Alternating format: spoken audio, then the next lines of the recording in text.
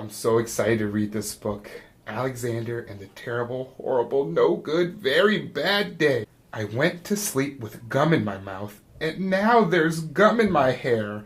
And when I got out of bed this morning, I tripped on the skateboard and by mistake I dropped my sweater in the sink while the water was running, and I could tell it was going to be a terrible, horrible, no good, very bad day. At breakfast, Anthony found a Corvette Stingray car kit in his breakfast cereal box, and Nick found a junior undercover agent code ring in his breakfast cereal box, and in my breakfast cereal box, all I found was breakfast cereal. I think I'll move to Australia.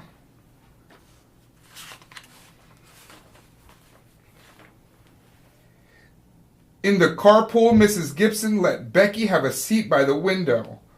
Audrey and Elliot got seats by the window too.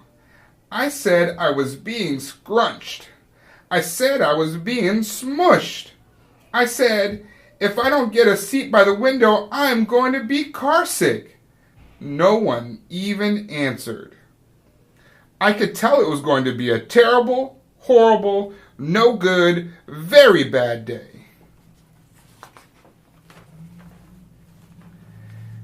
At school, Mrs. Dickens liked Paul's picture of the sailboat better than my picture of the invisible castle.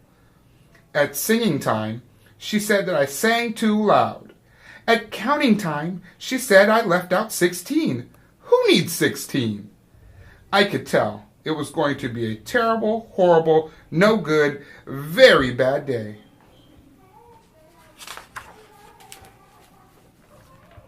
I could tell because Paul said I wasn't his best friend anymore. He said that Philip Parker was his best friend, and that Albert Moyo was his next best friend, and that I was only his third best friend.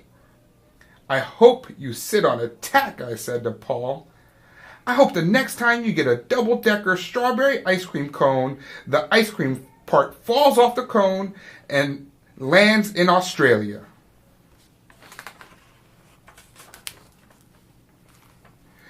There were 2 cupcakes in Philip Parker's lunch bag, and Albert got a Hershey bar with almonds, and Paul's mother gave him a piece of jelly roll that had little coconut sprinkles on the top.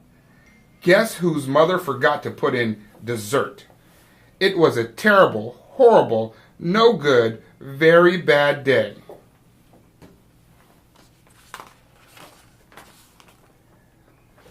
That's what it was. Because after school, my mom took us all to the dentist, and Dr. Fields found a cavity just in me. Come back next week and I'll fix it, said Dr. Fields. Next week, I said. I'm going to Australia.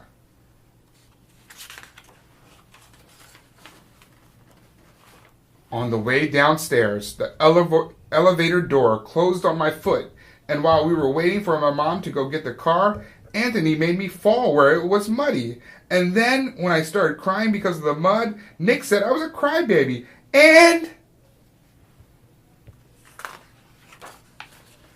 while I was punching Nick for saying crybaby, my mom came back with the car and scolded me for being muddy and for fighting. I'm having a terrible, horrible, no good, very bad day. I told everybody. No one even answered. So then we went to the shoe store to buy some sneakers. Anthony chose white ones with blue stripes. Nick chose red ones with white stripes. I chose blue ones with red stripes, but then the shoe man said, we're all sold out. They made me buy plain old white ones, but they can't make me wear them.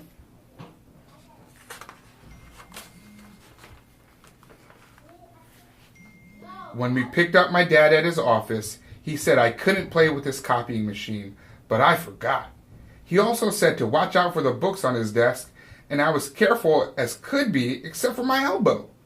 He also said don't fool around with his phone, but I think I called Australia. My dad said, please don't pick him up anymore. It was a terrible, horrible, no good, very bad day.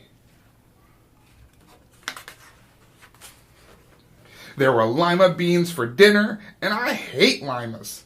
There was kissing on TV, and I hate kissing.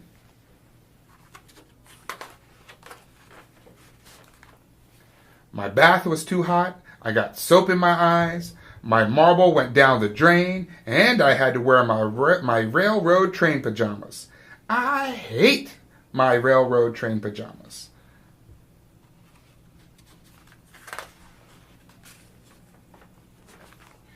When I went to bed, Nick took back the pillow he said I could keep, and the Mickey Mouse nightlight burnt out, and I bit my tongue.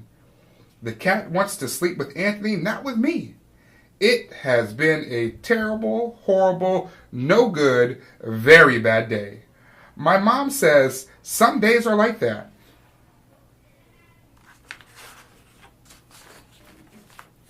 Even in Australia. The end. Okay, great. Can you all guess who today's mystery reader was?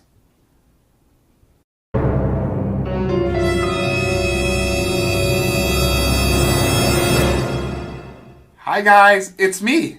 It's Mr. T. I hope you enjoyed today's book.